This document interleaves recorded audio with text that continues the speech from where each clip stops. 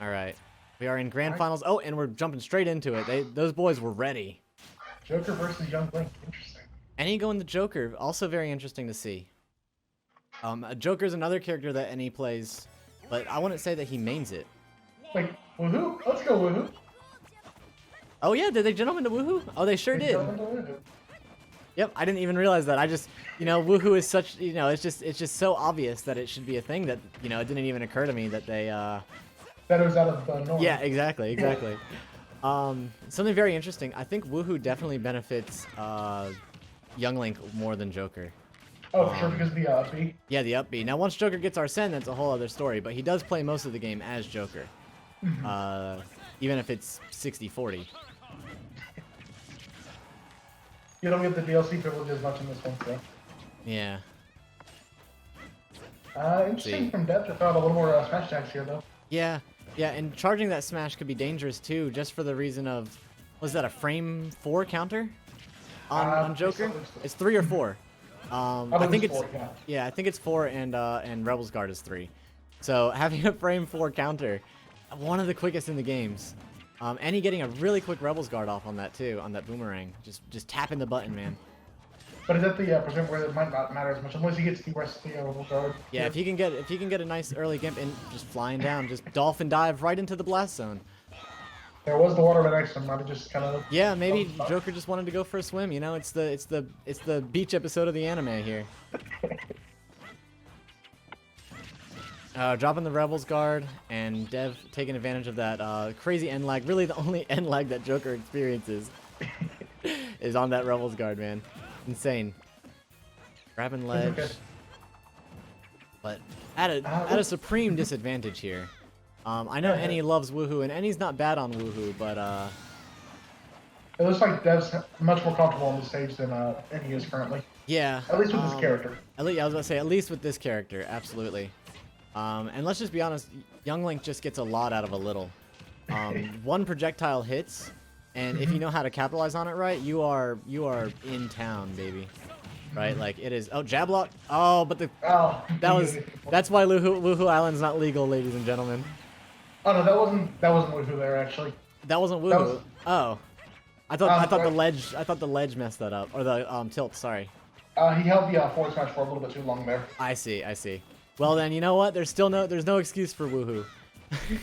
Legalize it. Legalize woohoo. Honestly, considering how many, it's not honestly that bad of a stage, really. I don't understand why. No, been so much opposition. The only reason why it's not, I think, is those tilts on the side, the curve, because you saw things like Skyloft legal in Smash 4, so it's obviously not a sharking problem, and the platform layout's perfect.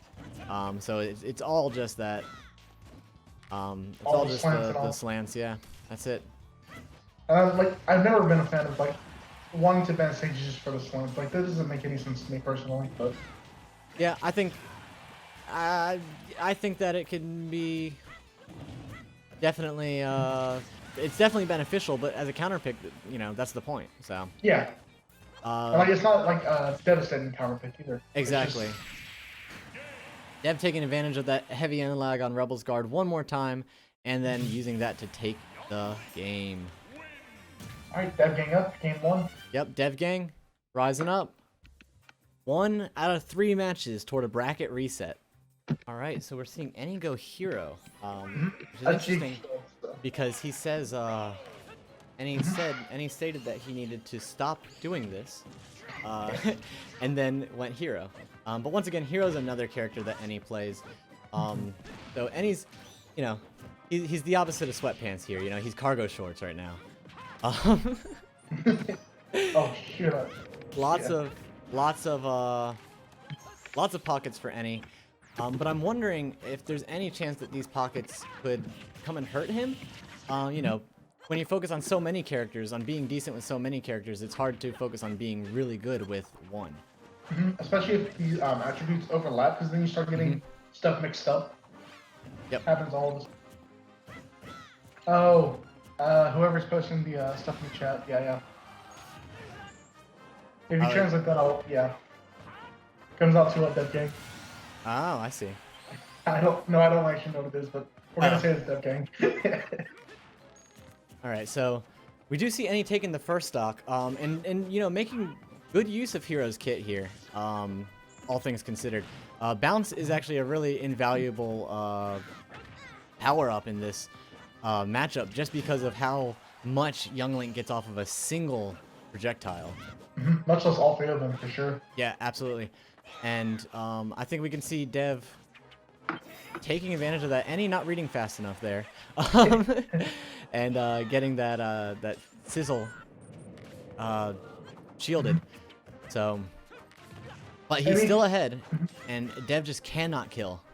Yeah, Eni feeling pretty. Oh my god! No way! Oh no! And he gets the teabag, and honestly, who won it? Oh my god! Hitting whack in grand finals. I think that's a 1% chance as well, considering how low the percent was. It was definitely a low percent chance. It was boy, oh boy. I'd like to see the calcs on that. People pulling up the Russian to counter the unspeakable language in chat. So this is very interesting, very fun, and he's got oomph on deck. And okay, I got the forward air taking that out. Another bounce. Oh, and he's waiting out his iframes too. That was big brain from Eni. Eni suffers a lot from rushing into things. So using that moment to wait for his iframes to run out so he can take advantage of bounce, that was smooth. That was smart. And then he finds the yeah. Yeah, the Kazap. That play felt like it was so unlike Eni. I'm just so impressed. Good. That was just a good play. I know it was something little, but something like that, you know, the extra 2 seconds that you get off of that could have been game. I don't think it was. I think he still had a good amount of time on bounce by the time the game ended, but that could have been so important. It never hurts to, like, give yourself that extra time anyways. It's just exactly. It's a small optimization that'll go a long way in the long run. Yep. Yeah, that you're absolutely correct on that. So now we're 1-1, grand finals. Back to Yggdrasil. They're having lots of fun on Yggdrasil. Yeah, I think they're both just having a really good time right now. Like, they're both exiting in the chat. You know. Yeah. Just having some. Oh man, if that, I would have lost my mind. Going for the smash attack there because who won it? You know. Yeah, I saw him go for the whack there as well. You know who wanted it. Yeah, may as well. You know, no reason not to. Let's you know, RNG it's in the game. Exactly. Nothing is not banned, and I don't think it should be. So. I think Eni's like struggling a little bit for mana right now. He's kind of finding himself a little. He just spent his last 30 going for that whack, but yeah, it's a counter waste, so. Exactly. I think that I think going for that thwack though was not necessarily a bad play, considering it could have been, you know, an automatic KO. Yeah. I mean, it hit. It's just it didn't do anything for him. Yeah. It's just one of those things where he just had to, you know, you had to do the mental calculus very fast, and he decided that it was worth it. Couple up airs, couple years from Eni here. You aired him. Yeah. Well, it's pronounced year, but it's not with a Y, it's with a U. So you're pronouncing the U. Gotcha. So you aired him. So it's not year, it's year. Anyway, Eni up almost an entire stock here. I thought he was gonna go for the. Oh boy! Oh my god! Right Eni's out of there. Just... Eni's hero's looking sick, and that wasn't RNG. That was no. Was that a crit? I can't hear it, but it wasn't a crit. No, I didn't think it was a crit. Yeah. He just got the snooze into that, and it was just. Yep. His snoozes have been on point this match so far. That's true. That's a good point. No. Eni doing a really good job taking back so much with this hero. I think this is kind of the mental thing he needed. Like, he really has been trolling a lot this tournament, and I think maybe he's just kind of like realizing that's how he wants to play the game. He doesn't want to take it all like fully serious with Palutena. He wants to have fun, and sometimes having fun just means you go into. Yeah, sometimes you just get claying randomly. And that's it, boy. So I think what we're seeing a lot here is Dev not playing around what hero brings to the table. Yeah, like he's not really jumping against the menu options. He's just kind of like trying to zone him out despite the menu being on the table, which you really cannot do. Yeah, right.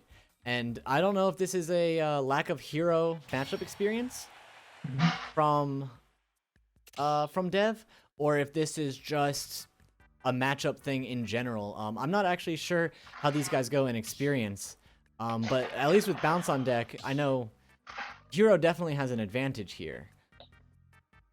But maybe your insight could be a little more useful. I'm not really well versed in this matchup either, honestly.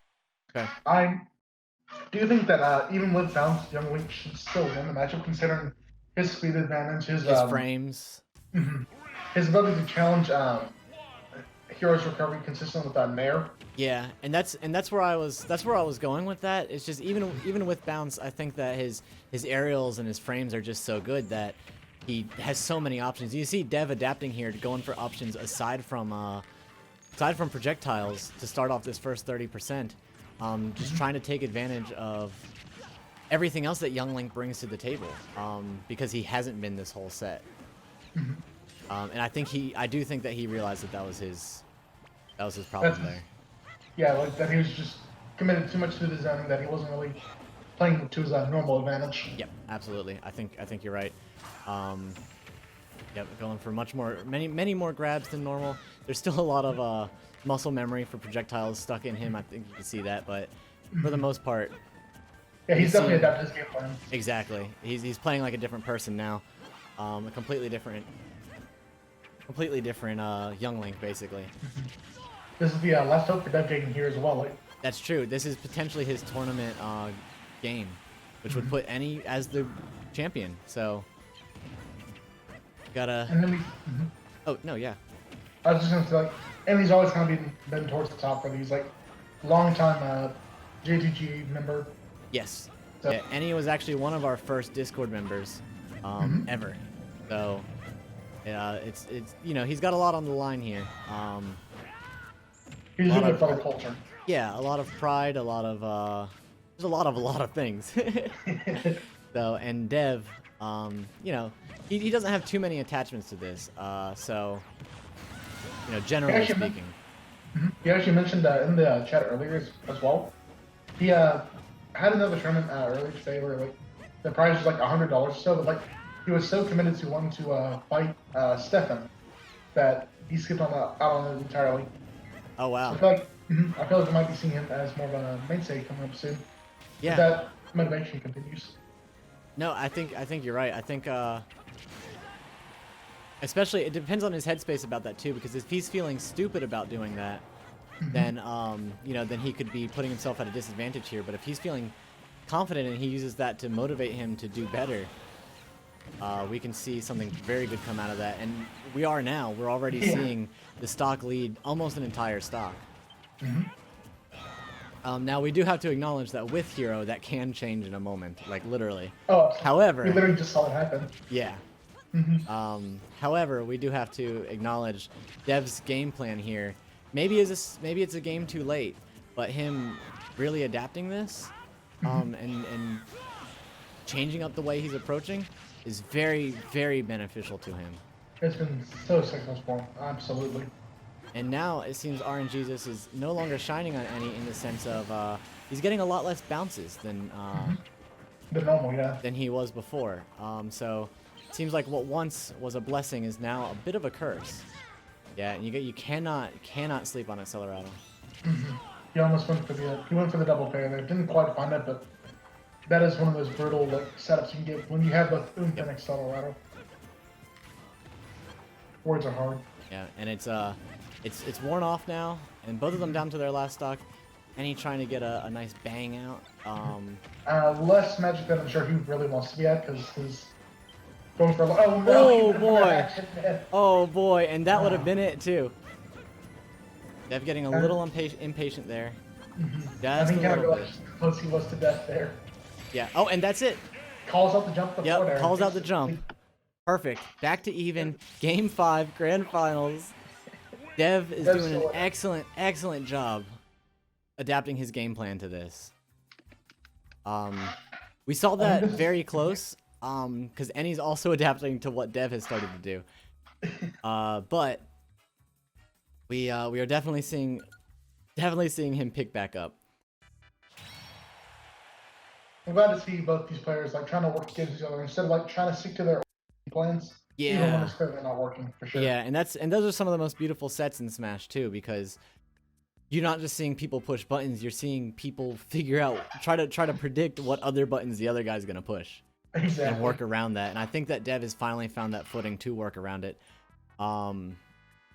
Dev has also mentioned in a chat that he has banned Yggdrasil and Kalos, and the reason why he thinks the reason why he chose FD is Yggdrasil to him was too big, and he realized that Eni was having way too many opportunities to use down B as hero.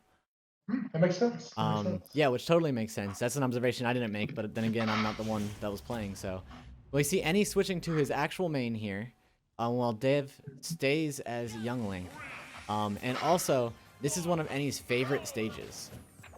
So at the very least, he's got the mental game on this stage, because he just loves this stage so much. And I think he actually won SDI 1 on this stage, or it was Kalos. Either way, though, he put in work in SDI 1 on this stage, regardless if he won it. So banning Lylat against Eni is, it's not necessarily necessary. However, it is generally a good idea because he gets a lot out of it mentally. It's always nice to be like good on Lylat as well, because like so many people, especially in the competitive meta, will just assume that you don't want to play on Lylat either until they won't bother to ban it. Yeah. So if you have that advantage on such a friend stage like that, you can get so much more. You get basically a free game win in a lot of scenarios because of that. Oh yeah, absolutely. Especially because it hasn't been taken advantage of yet. Oh boy, oh boy. I think Dev actually saw that coming. Yeah. And he went around it very well. Oh. He got the angle there. Okay, so one thing that's important to know about Lylat in particular is the reason a lot of people kind of have issues recovering on the stage. The ledge grab boxes are a little further out than you might normally expect. So you had to drift back a little bit instead of like running up the wall with it. Yeah. And of course the slants, lots of people do have issues with the slants, but I think most of the current issues with the slants are from Smash 4 when the stage itself would tilt. Exactly. Rather than... Okay, Eni going for the spike there, just for fun. Dev has a lot of picking up to do, and Eni's Charizard is going ham. I think it's actually his worst Pokemon, if you want me to be honest with you. But Charizard actually does have quite a few good options, as much as people want to pretend he doesn't. I think the big thing for Charizard in particular in this game is that they removed his biggest weakness from Smash 4, which was actually having to play the game at lower percents. Yeah. Oh boy, that bomb. Oh, okay. And he went for it all. He wanted to get the clip to end it, but... Yep. And honestly, he's got such a stock lead, and he's got a whole set to make up for it. I don't blame him at all. Yeah. And he is gonna get bombed. Yep. He didn't. I thought he was gonna go for the clip there, actually. Yeah, I think he was trying to go for the. I think he was trying to go for the up throw just to get the kill. But then I think he realized that Young Link was holding the bomb and didn't really he could not think quick enough to figure out how to come back from that. Yeah. Oh no, that's what I was thinking with that as well. He's gonna go for the up throw to get them towards the blast zone and then let the explosion kill him. Oh boy. Oh, the bomb hitting Charizard out of Flare Blitz before the iframes come in. God bless. Boy, this is last hit for Dev. I so badly want to see a reset though, if I'm gonna be honest with you. Maybe a little biased. This is can any DI save it? Nope, and that is it. That is it. No reset. Eni takes SDI 4 bounty hunt after taking half of the bounty, splitting it with DevStar. No bracket reset. First time in SDI history we haven't had a bracket reset, and Eni takes it. That is a beautiful moment because Eni, very interestingly, he took SDI 1, but has had a pretty bad run. Really? He's had a pretty bad run since SDI 1. SDI 2 and 3, he got he got upset really early on. I don't think he was playing up to snuff. So this win puts him back on top. That's so beautiful. I don't know if it'll put him back on top of the PR, but it definitely does a lot for him emotionally. I'm sure he's especially glad to see that. Like, he managed to take back a more serious game 5 after going kind of more lackadaisical early in the sets and even earlier matches. So very nice to see him kind of come back on top.